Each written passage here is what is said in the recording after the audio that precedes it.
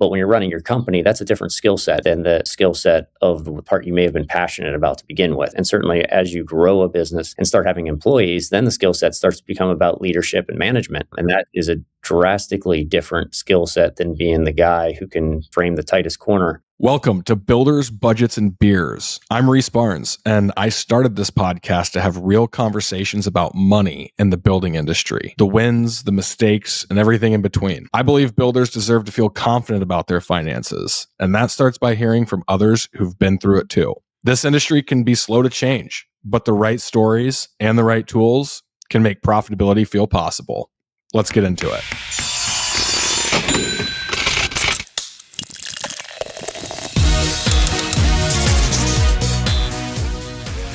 Alrighty, Chris. Mics are hot. We're live. We're rolling.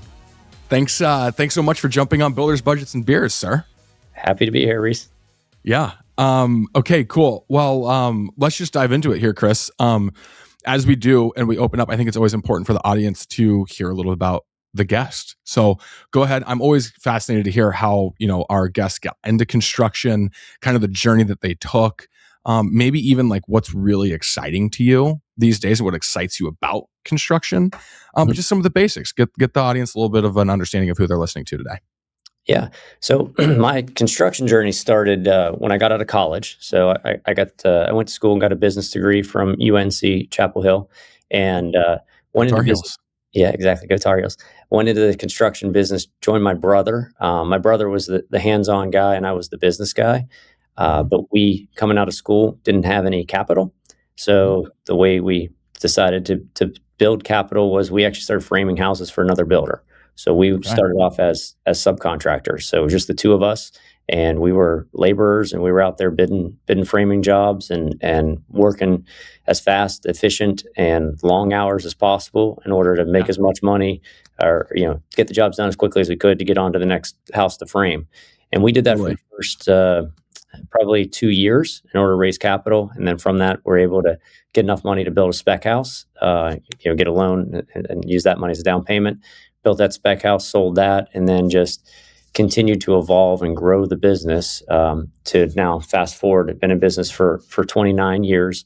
I'm actually business partners with my best friend, Jason Dell, and the two of us have a high-end luxury custom building company, and we build about a dozen multi-million-dollar custom homes a year.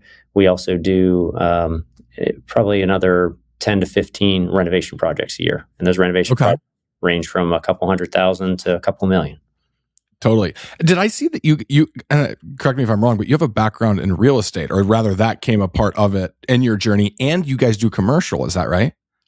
Yeah. So in addition to construction, early on, I got my real estate license. And back then I got that really initially just for access to information for the building company. Back in the 90s, there was no Zillow or Realtor to go see what stuff's selling for. Quite honestly, back then, you could either go to the Register of Deeds office and pick up a grantor and grantee book, or you could become a realtor and you could dial in, like literally dial in, those loud screeching sounds with the modem into the MLS and get access to information. But that gave you a real advantage because it was really interesting. Back then, there were literally, you could have two communities, and the one would have lots for $100,000 and the houses were selling for $500,000. And there'd be another community where the lots were $50,000 and the houses were selling for $600,000. And it was like, why would you ever build in the more expensive lot? But the reality was, it was just there wasn't easy access to information. And so builders didn't know, nowadays, Zillow and Realtor and everything else online, you have quick access to the information. So that was the original stimulus to get a real estate license. But then once I did that, I started doing some real estate transactions. I can remember framing jobs by day and then into the evening, running home, getting a shower and taking a client out to go see a home because I started my own company, put up a website, which in the 90s was ahead of the curve. If you had a simple HTML that's website. A big deal. Yeah. And so I started doing real estate on the side, but eventually grew that. And so now I do have a real estate, two real estate brokerage companies, a residential as well as a commercial brokerage company. Also do real estate development. That again was just an add-on over the years, just that's become something for me personally. I really enjoy real estate development. It's a challenge to try to solve the puzzle, whatever that puzzle piece would be. Down here, a lot of times the puzzle piece is access to sewer. Interesting. Okay. So I, I joke that I never thought getting into real estate that I'd learn so much about what happens when you flush a toilet, but it apparently is what you do. But yeah, we have a couple different branches of our company. Bold Companies is the family, the umbrella of companies, and so that's Bold Construction, which is the custom luxury building company, and then Bold Commercial Real Estate, Bold Real Estate, which is residential, and then Bold Development. Got it. Okay, so it's not as much commercial construction; it's commercial real estate. Correct. The only commercial construction we do is we do self-perform on some commercial development projects we do. So we have like some shopping Sure. centers and things like that that we'll develop, get approved, build out, and then lease out the properties and retain those ourselves as investments. Okay, cool. So quite a path. I even just like to bring it back to the top. You mentioned like you and Riller started framing as a subcontractor. Yep. I'm just curious, like what was that experience like, and did that experience impact and mold how you think about business and getting into construction? Like, did any of those learnings carry into the philosophy that you've, built around Bold? Oh, absolutely. I mean, that experience was, very hard, grinding work. Getting out of school.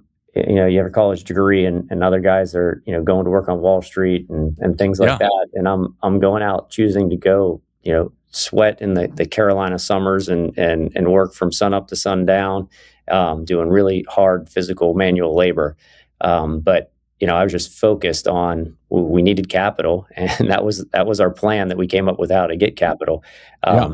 In retrospect, if I were smarter or back then, I would have probably gone and sought either partners or investors or something in order to get to the end result faster, and certainly without all the physical manual labor. But but I learned a lot. I certainly, from a technical perspective, learned a ton about framing, and so that was obviously helpful in the construction journey. But more just a better appreciation, quite honestly, for subcontractors, and how hard they work every day. And I mean, there's guys that have been framers for decades, and Right. so I look back and remember that was hard work for that year or two. So I certainly gained an appreciation for them. But all that helped me grow as a person, learn more about the trades, learn more about what it's like to work and work hard to make money, and then ultimately how to take that money and invest it in myself in order to grow. Okay, and so that it sounds like that was. I mean, you mentioned at the very beginning, right? You got into framing to raise capital, right? But then you're using it to like feed other endeavors, other ventures, other things like that. That was, just to be clear, that was the plan from the beginning, or was that like, was there like a continuous development and like learning and understanding of, okay, we started with framing and then we went in to build a spec house, and then okay, now we did that. And was there ever like this big aha moment, or was it just kind of carrying the strategy from the very beginning into framing to get capital going? Yeah, people always think that I had some sort of grand plan to have all the Yeah. businesses that I have now. The reality is that has evolved drastically over nearly 3 decades now. Yeah. The plan was short-sighted back then. It was, raise capital to get enough money to eventually build a house ourselves, to build a spec house. Yeah. And that worked. And then the spec house was great because, our plan initially was just to build more spec houses. But the first spec house, one of the first people that came through the spec house, was like, I like this house, but I don't love it. Do you think you could build me a slightly different version of it down the street? And we were like, sure. So all of a sudden we had our first custom client.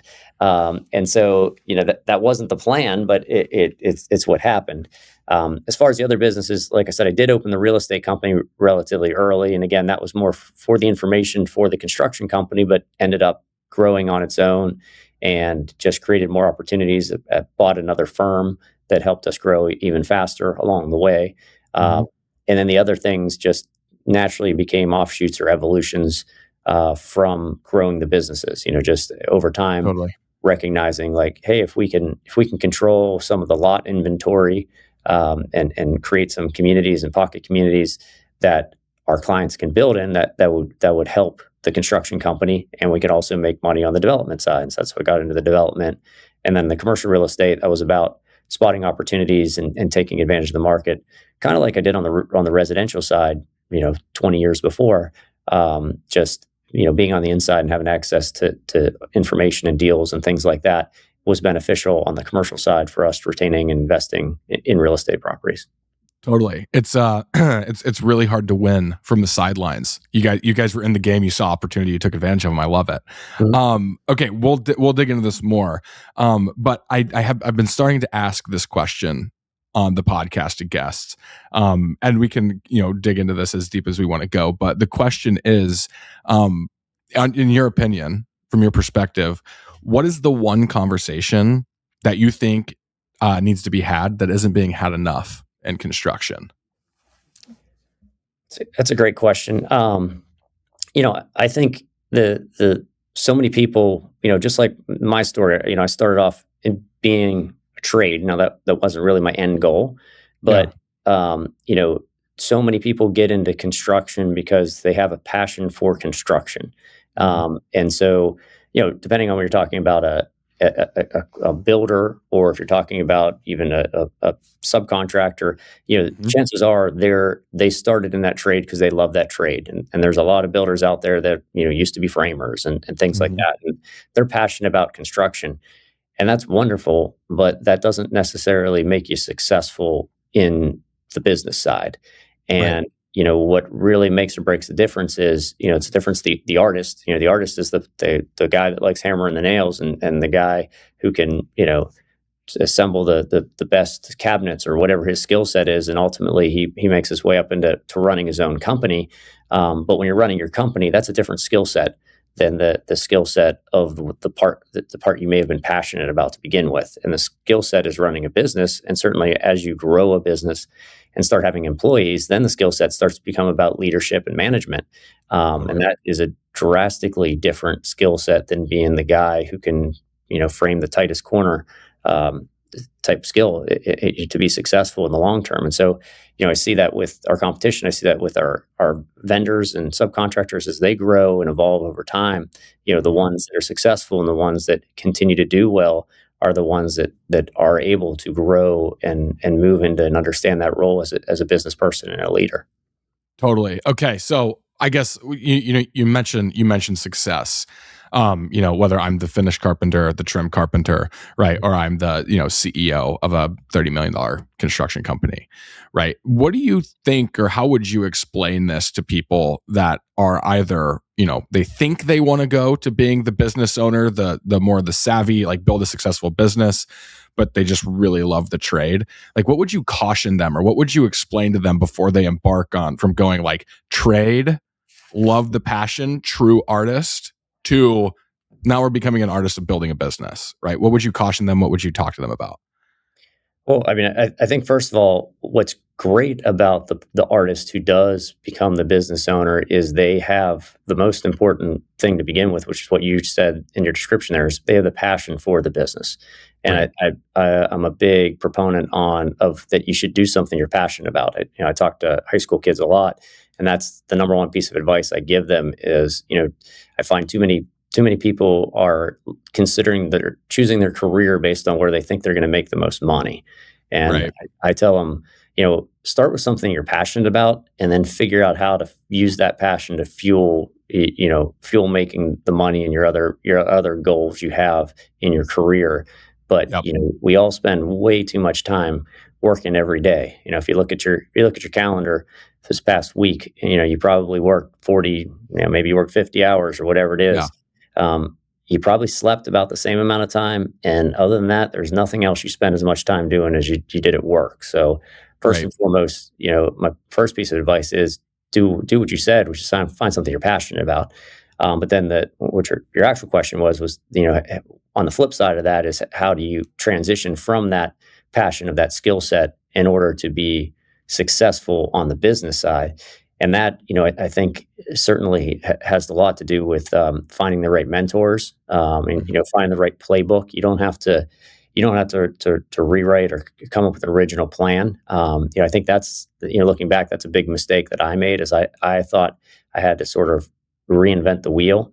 Right. Tried to figure out everything on my own. And what happens when you're figuring out everything on your own is, inherently you do something for the first time, the chances of you doing it well is slim and none. And you Right. get better the second time, you get better the third time, and you learn from your mistakes.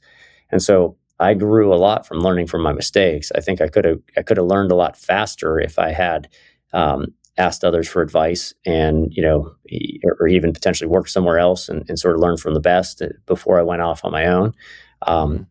Big advantage you have these days in terms of creating the playbook and that kind of stuff is certainly AI can help you, write a business plan and give you advice and coach you and do a lot of stuff for free that Mhm. certainly wasn't available back when I started my business. But you got to be you need to understand that being successful in business takes a lot more.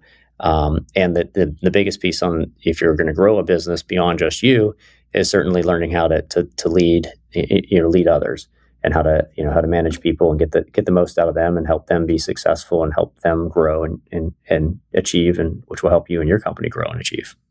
Totally. Totally. Okay. Well, and I'm big on mentors, asking questions, talking to people, getting advice, right? And obviously, like with what AI capabilities are, even if you're just using Google, right? And you start interacting with the AI user interface at Google, right?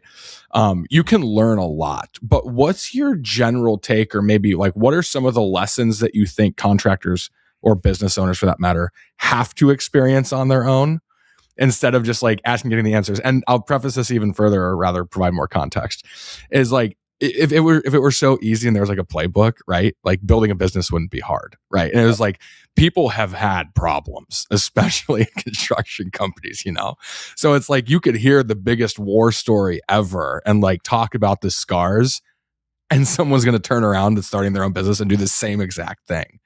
So how do you explain that balance? How do you explain that balance, and what do you think maybe some of the battle or the war stories that they have to go through are? Yeah.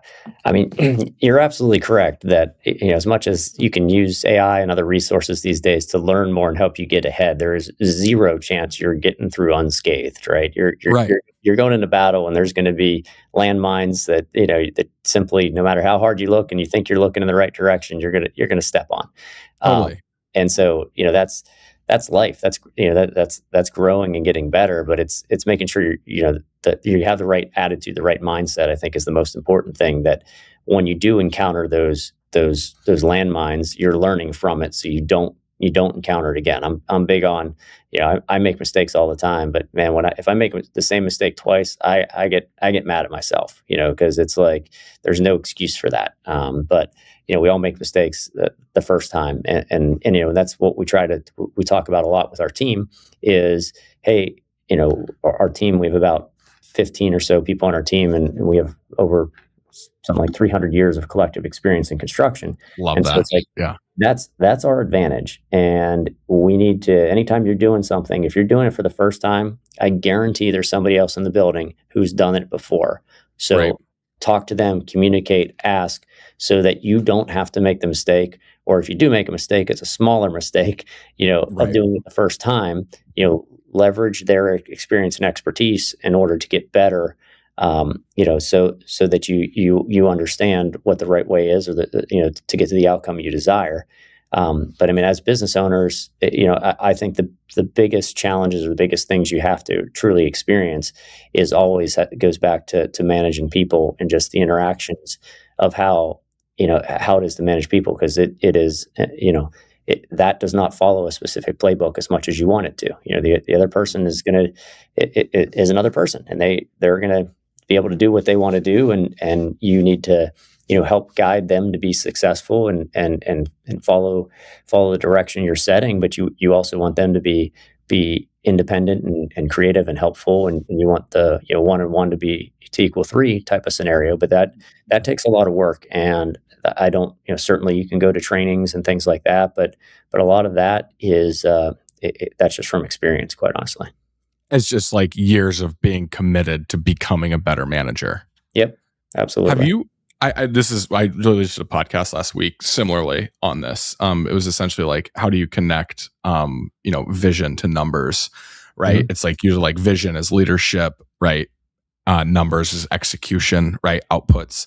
And essentially the conversation was like that middle gap in construction typically gets missed, which is management, Mhm. right? Exactly what you're tracking on, right? It's like, it's anybody who has seen a movie or heard stories about construction is it's known that management isn't what construction is great at. They can manage a project, right? But humans, it's always like, it's hardcore. It's the old guy that's been, heavy equipment for 40 years, and he's gruff and he's rude and he's direct and he's hard to work with and there's little patience, right?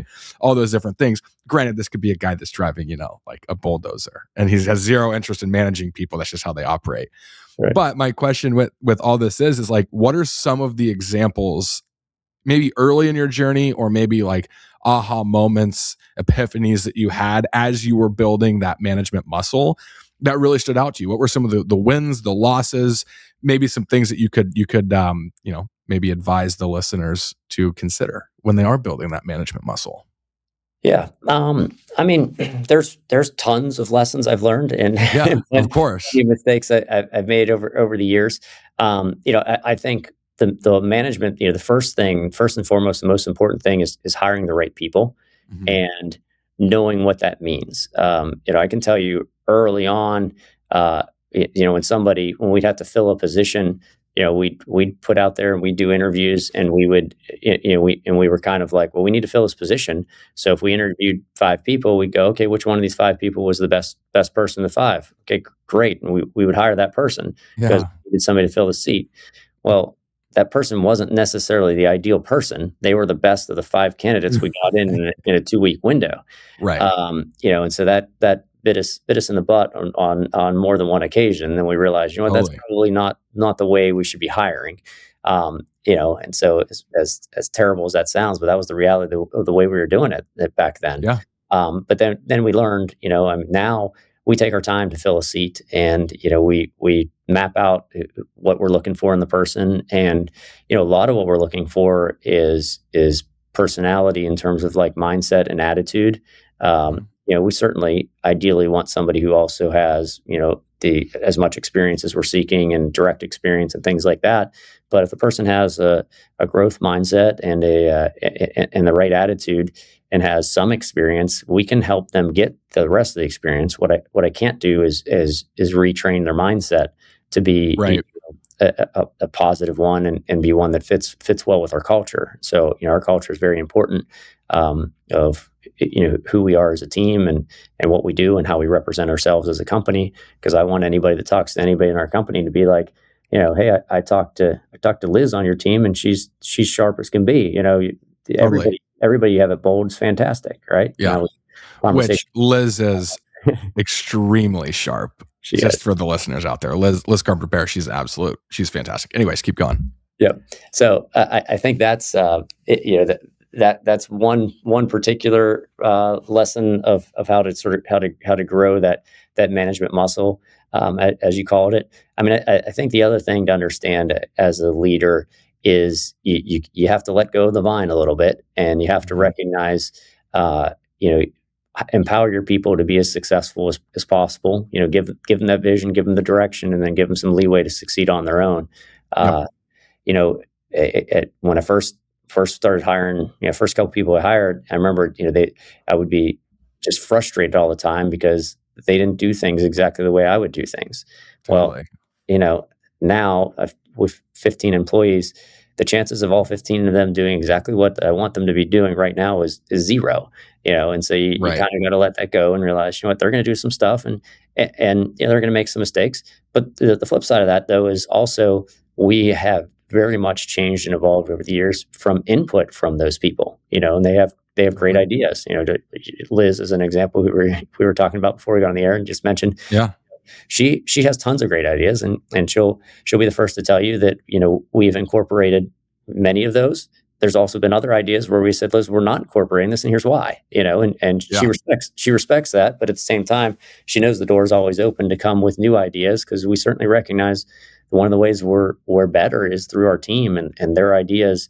As much as I think I'm a good business person, the reality is I thought I was a good business person 10 years ago, and I think I'm a way better business person now than I was then, which tells me 10 years from now I can be a way better business person then than I am now. And so, but that just requires me to continue to grow, continue to have an open mind, continue to learn, and learn from the team. So it's a two-way street. I want to help them grow and get better, but I also want them to help me grow and get better. Totally, totally. There was a lot of like really good tactical stuff in there. And I think that's like just broadly the transition from artist to owner. And Mhm. those are some of the really hard, the potentially year-long lessons and exercises of, we'll just talk about like letting go of the vine, right? It's like, though, that it takes time. You can think it all you want, you can hear it on this podcast and whatever article you read about leadership, right?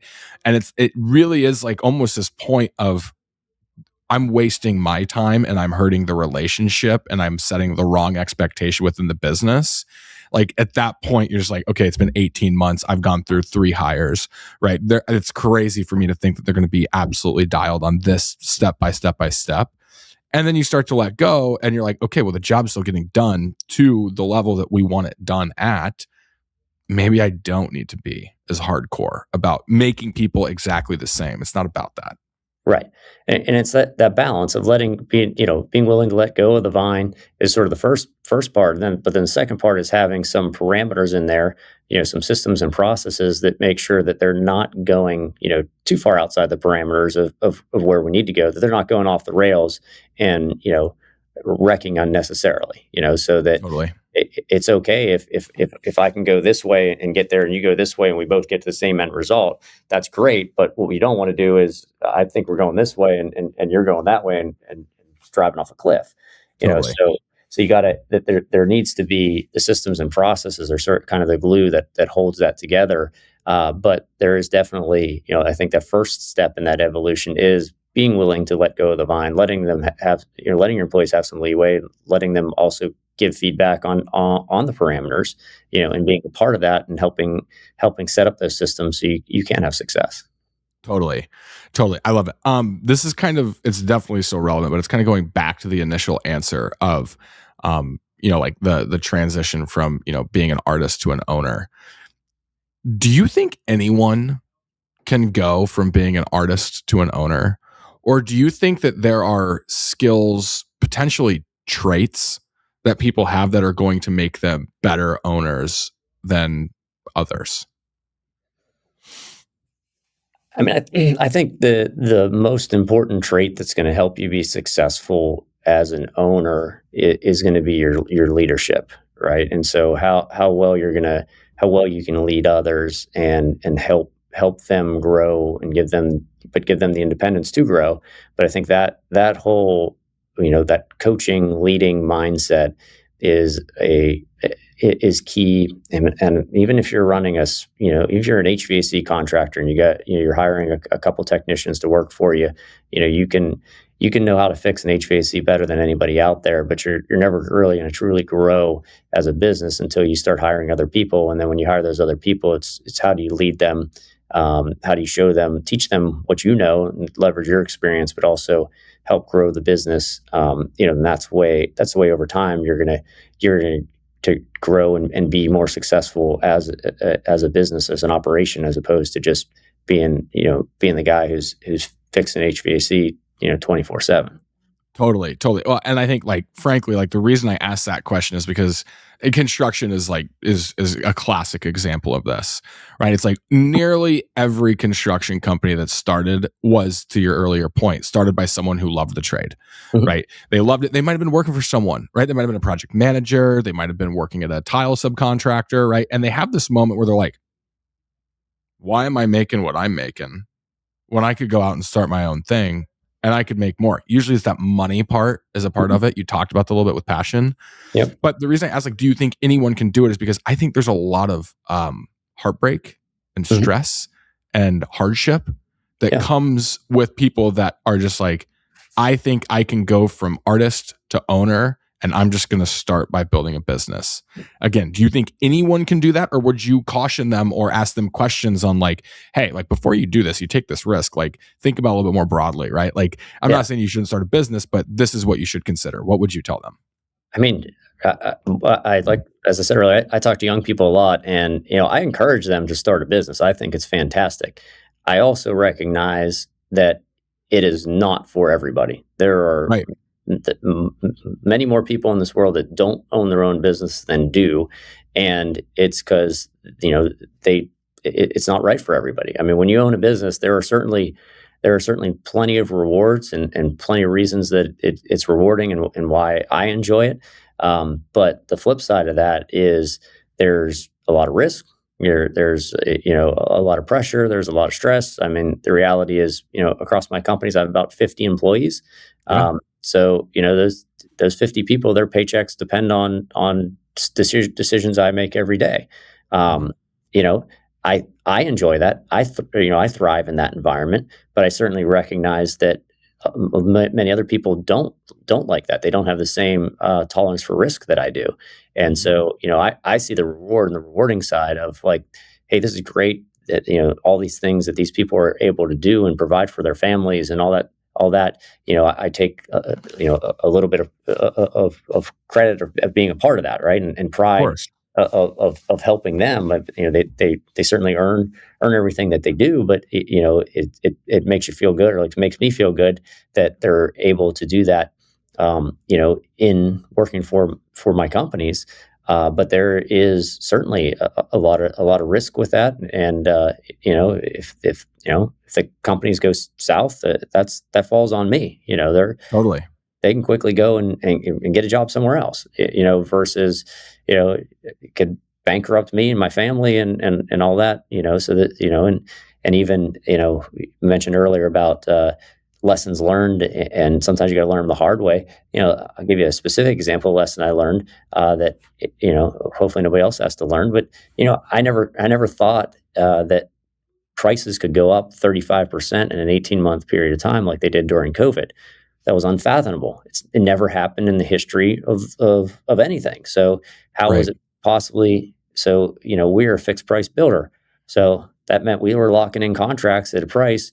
And yes, we put in a few percent inflation. The typical As you uh, do. 2 or 3% inflation factor.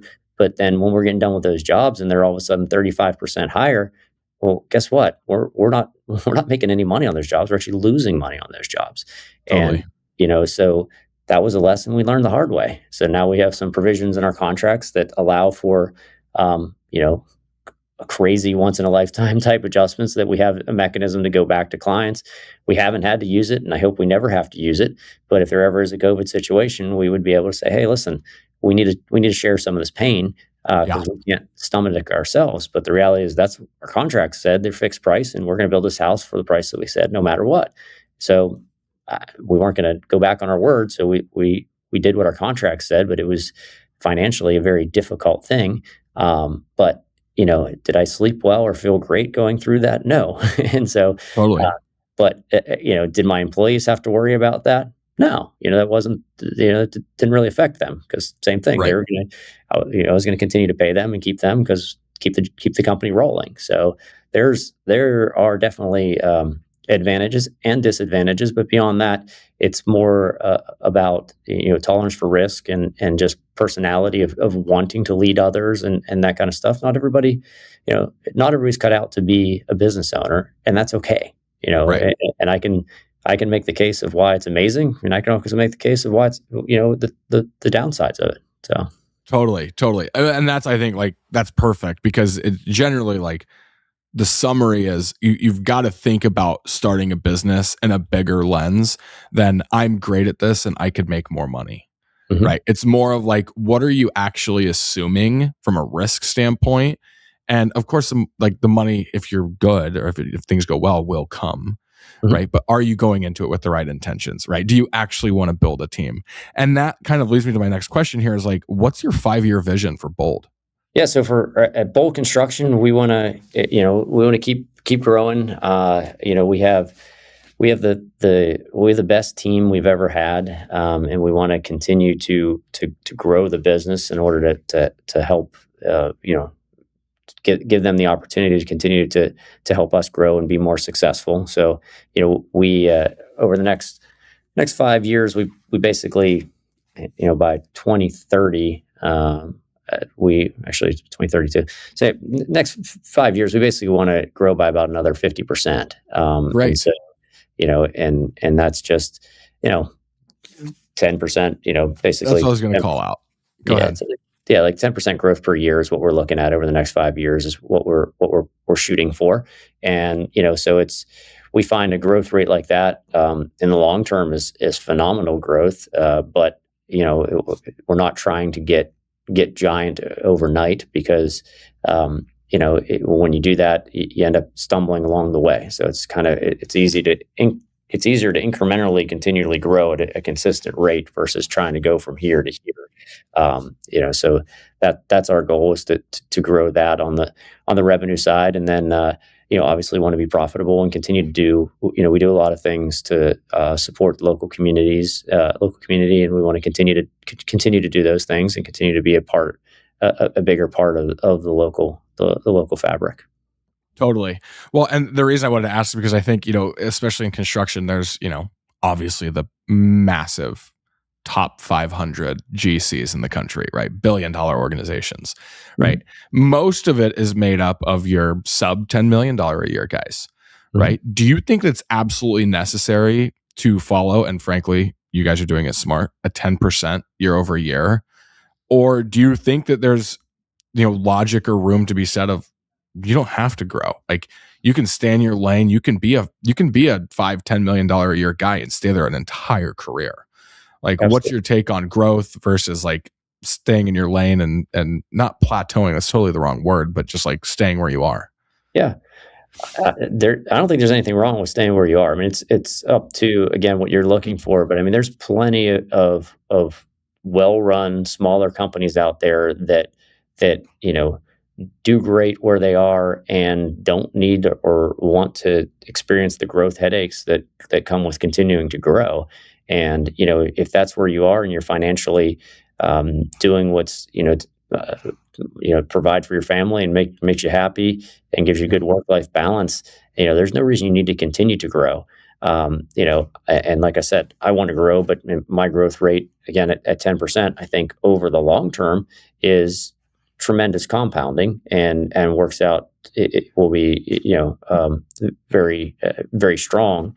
But I think what I caution against is businesses that try to grow significantly faster than that, because you're just, it's a recipe for disaster if you grow too fast in too short a period of time. And a lot of in construction, a lot of builders experienced that back in 2008 to 2010. Mm-hmm. I know I have plenty of friends that they were making tons of money, and they were building hundreds and hundreds of spec homes as small independent builders, mm-hmm. In 2008, and they were printing money and flying private jets and all that stuff, and then it all came crashing down, and all of a sudden they lost everything and then some, and were negative net worth for many years after. Some of those builders I know, they're back in business building now, and they're now growing at a more normal pace, and they're fine with it. And they're like, I know I could go build a ton of homes and do what I did before, but I'm afraid of what happened before happening again. I mean, the reality is everything is cyclical, and it's a matter of when, not if, that there's going to be a pullback. So it's like, it's easy to succeed when times are going great. Mm-hmm. The really good companies are the ones who are able to continue to succeed even when there is a pullback. Totally. Well, and that kind of like leads me into my next question it's kind of a two-part question. The first is, does your 5-year growth plan scare you? And the second part is do you remember a time in your career where you were ever scared of growth? This is like more primarily of like the feelings, the emotions that you have as you prepare to go through this, and what do you reflect on having gone through growth? Yeah, it definitely does not scare me. Yeah. I'm a growth guy. Everybody on my team knows I love the expression progress equals happiness, and I interchange progress and growth. They're synonyms. So I think as you're constantly growing and getting better, that's when you're happiest. And so I look forward to growth. What drives me crazy is when we have a pullback. And as much as I would like to pretend that we've just constantly slowly gone up over 29 years we've been in business, mm-hmm. it hasn't been. It's been more like there's ups and downs as you're heading up. Yeah. And, when you're on the down, it doesn't feel nearly as good as when you're on the up. So that's like that totally. growth or progress side. But yeah, no, I'm not scared at all of growth, and I've always been a very much a growth mindset person, and starting from literally having nothing, coming out of college to continue to work my way up.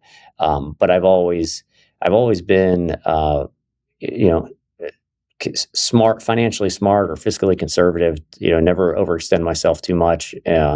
And at times I sit there and I watch other builders, like the example I gave you back in 2008, where Yeah, they're doing way better than me, and it's like, man, I could have done that too. I'm just as good, or just as good a business person as him, and know just as much construction as he does.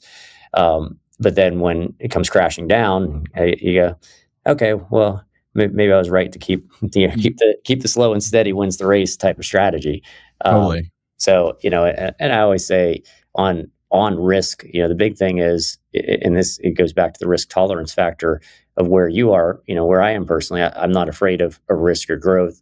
And I like to use called the pillow test, which is, if you put your head down on the bed at night and you feel good and you can fall asleep pretty easily, you're in a good place. If you're sitting there worrying about finances and numbers and things like that when you're trying to go to bed, well, you're doing something wrong. And so totally.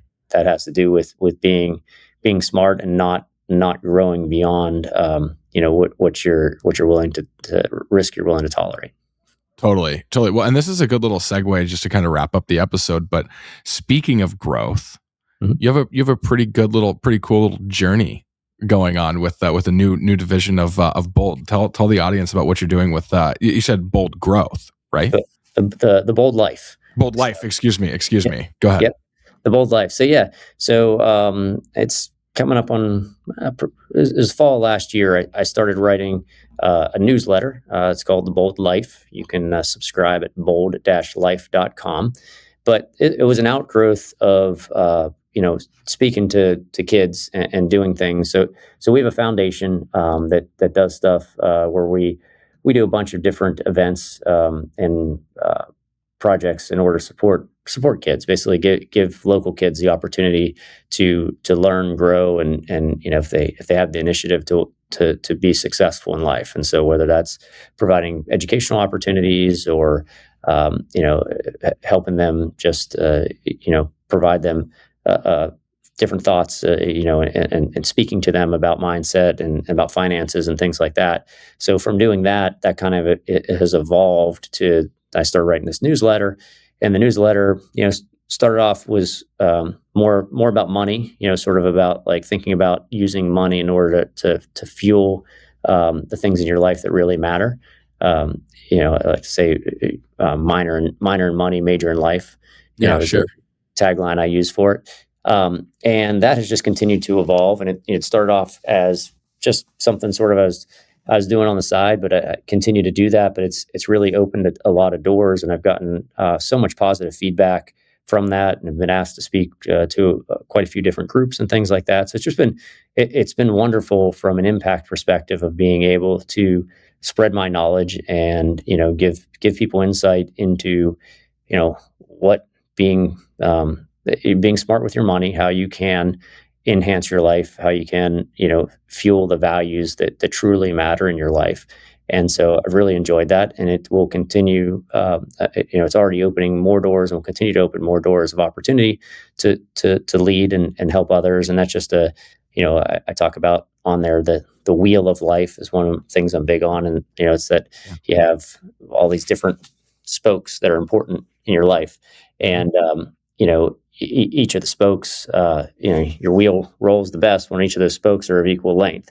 And so Totally. some people get fixated on money, and the reality is there's so much more to life, whether it's relationships and family and intimate relationships, and your career certainly in there as well. But things like learning and growing and helping others are all also important things. And so as I move further along in my career and life journey, the helping others piece becomes more and more important.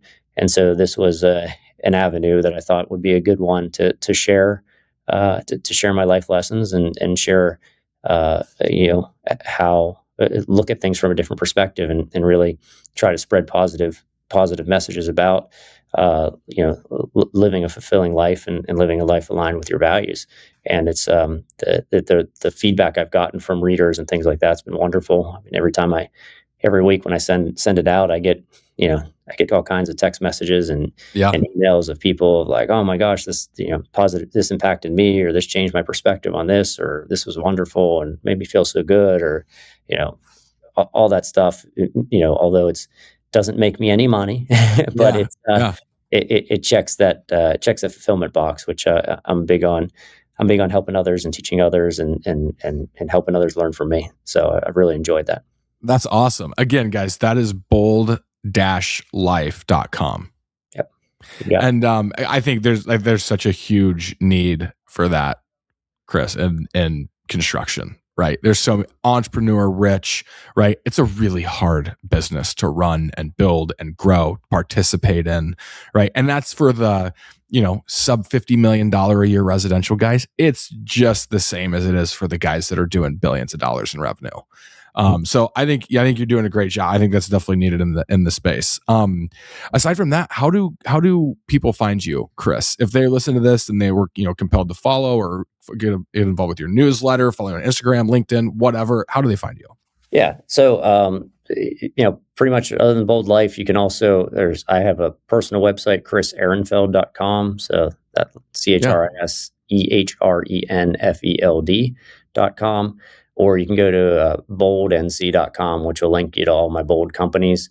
But pretty much Google anything Chris Ehrenfeld, Bold, anything Bold Life, Chapel Hill.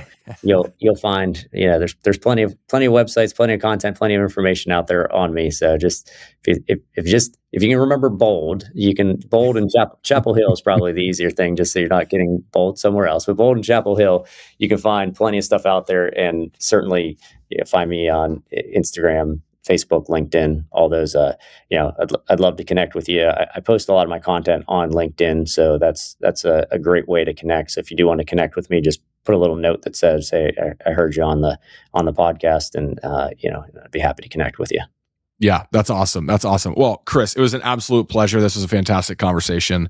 I appreciate you, and I look forward to staying in touch with you, man. Following you along. This is going to be great. Yeah, you as well, Reece. This was great.